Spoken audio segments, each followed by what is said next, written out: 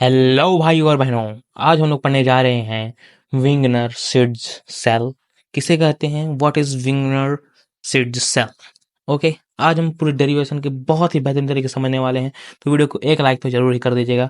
चलिए शुरू करते हैं। यहाँ पर सबसे पहले यह एक प्रकार की एकांक कोशिका या यूनिट सेल होती है। अगर आप लोगों का पेपर चल रहा होगा तो एक लंबी गहरी सांस लीजिए, क्योंकि पेपर के समय शांत रहना बहुत ही जरूरी होता है। चलिए शुरू करते हैं।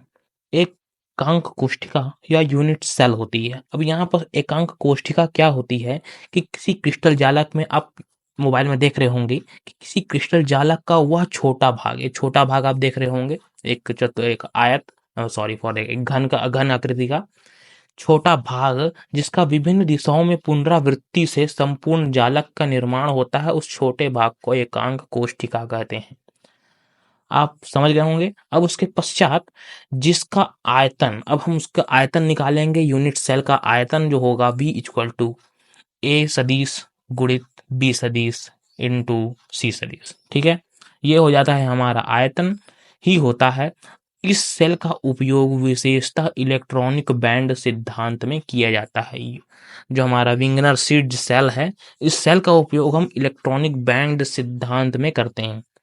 अब इलेक्ट्रॉनिक बैंड सिद्धांत क्या होता है आपको इसे समझना है, तो आप इसे समझ सकते हैं कि जैसे हमारे पास कोई ठोस अवस्था, भौतिक अवस्था में इलेक्ट्रॉनों की ऊर्जा स्तर आप समझ रहे होंगे। ऊर्जा स्तर की व्याख्या करने के लिए सिद्धांत को विशेष रूप से अर्धचालक द्वारा धातुओं के विद्युत गुणों को समझने के लिए उपयोग में किया जाता है। अब आप इसे नहीं समझ पाए होंगे तो हम इसको चित्र के माध्यम से बहुत ही आसानी समझ सकते हैं कि किसी ठोस अवस्था में भौतिकी इलेक्ट्रॉन ऊर्जा स्तर में व्यवस्थित रहता है। यह सिद्धांत अर्धचालक और धातुओं के विद्युत गुण होते हैं उनमें, जो उनको समझने के लिए उपयोग किया जाता है इलेक्ट्रॉनिक बैंड सिद्धांत का। ठीक है। अब तथा इससे भी क्रिस्टल की सममित बनी रहती है। तथा इससे क्रिस्टल का सममित अर्थात आप इसे भी चित्र के माध्यम समझ सकते हैं कि जैसे इन्हें बीच से हम काटते हैं तो सममित दोनों तरफ के पार्ट उसके ओवरलैप हो जाने चाहिए, ये होता है सममित। तो इससे भी क्रिस्टल की सममिति बनी रहती है। एक विग्नर सीड सेल का न्यूनतम आयतन है। एक विग्नर सीड सेल का न्यूनतम आयतन है जो किसी जालक बिंदु को अन्य सभी निकटतम पड़ोसी जालक बिंदुओं को मिलाने वाली रेखाओं के मध्य बिंदु से गुजरने हुआ तथा रेखाओं के लंबवत खींचे गए तलों द्वारा घिरा होता है। अब आप इसे सिंपली तौर पर एक चित्र के माध्यम से बहुत ही आसानी से समझ सकते हैं। तो यहाँ पर आप देखेंगे कि हमारे पास एक चित्र है। ये वही सेम चित्र है जो NaCl का होता है, बस उसे हम सॉरी यूनिट सेल का होता है। यूनिट सेल को हमने बस खोल दिया है सिंपली तौर पर। तो आप देख सकते हैं इसमें 4 कोने होते हैं, 8 कोने होते हैं। आप जानते होंगे जो हमारा घन घनाभ होता है उसमें 8 कोण होते हैं, तो ये कोने हो गए। और उसे केंद्र बिंदु को हमने O मान लिया है। उस केंद्र बिंदु से हम सभी कोनों को इस तरीके से मिला रहे हैं। ये 2D डायग्राम है। 3D में आप देखेंगे तो कुछ इस प्रकार से दिखेगा। अब उसके पश्चात हम इसे जैसे ही हम मिलाते हैं, अब मिलाने के पश्चात क्या करना है, इसकी पूरी विधि को हम आगे उसी को डिस्कस करेंगे। तो चलिए पहले इसको चित्र को आप समझ लीजिए, फिर पूरी विधि को हम तुरंत डिस्कस आसानी से हो जाएगा। इसमें क्या करते हैं, हम सभी को केंद्र से मिलाते हैं और फिर उसके बाद इसका जो आधा होता है उस आधे भाग पर एक लंब डालना होता है। इस तरीके से ये सीधा सीधा लंब है दोनों साइड। ठीक है, हर भुजा में लंब है। आधे आधा आधा मैं इसको नहीं किया हूं, पर ये आधे में ही है, जिसके कारण ये वाला जो लंब है वो बाहर हो गया तो हम इसको नहीं मानेंगे। इसके अंदर वाला जो समीपस्थ जो घेरा बनता है उसे ही हम विंगनर सीड सेल कहते हैं। ये अंदर जो एक समीपस्थ जो घेरा बनता है सभी बिंदुओं के पास में, जो केंद्र बिंदु के सब समीप जो घेरा बनेगा वो होगा हमारा विंगनर सीड सेल। तो अब इसे हम डिटेल से देखते हैं। सिंपली 3D डायग्राम के साथ भी हम देखेंगे, तो पूरे वीडियो को जरूर देखिएगा। यहाँ पर हम सर्वप्रथम हम किसी एक जालक बिंदु से अन्य सभी समीपस्थ पड़ोसी जालक बिंदुओं से मिलाने वाली रेखाएं अलग अलग खींचते हैं। अब यहाँ पर आप देख रहे होंगे हमारे 3D डायग्राम में कि हमारे पास एक केंद्र वाला बिंदु है, तो हम सभी जो हमारे जालक बिंदु हैं उनको हम मैच करेंगे हमारे सेंटर से, कुछ इस प्रकार से। फिर उसके बाद चित्र में जालक बिंदु O को इसके समीपस्थ अन्य जालक बिंदुओं ABCDEFG। अब हम उसको जितने भी जालक बिंदुएं थी जो बाहर बाहर साइड में हैं उनको हम कुछ इस प्रकार से नाम दे देंगे। तो यहाँ पर आप देख रहे हैं हम कोने कोने वाले जालक बिंदुओं को ये दे दिए हैं ABCDEFG, हमारे ये जालक बिंदु कहलाते हैं। ठीक है, अब उसको जैसे ही हमने नाम दे दिया H अलग अलग रेखाएं द्वारा मिला दिया जाता है। इस तरीके से हम उसे केंद्र से मिला देते हैं।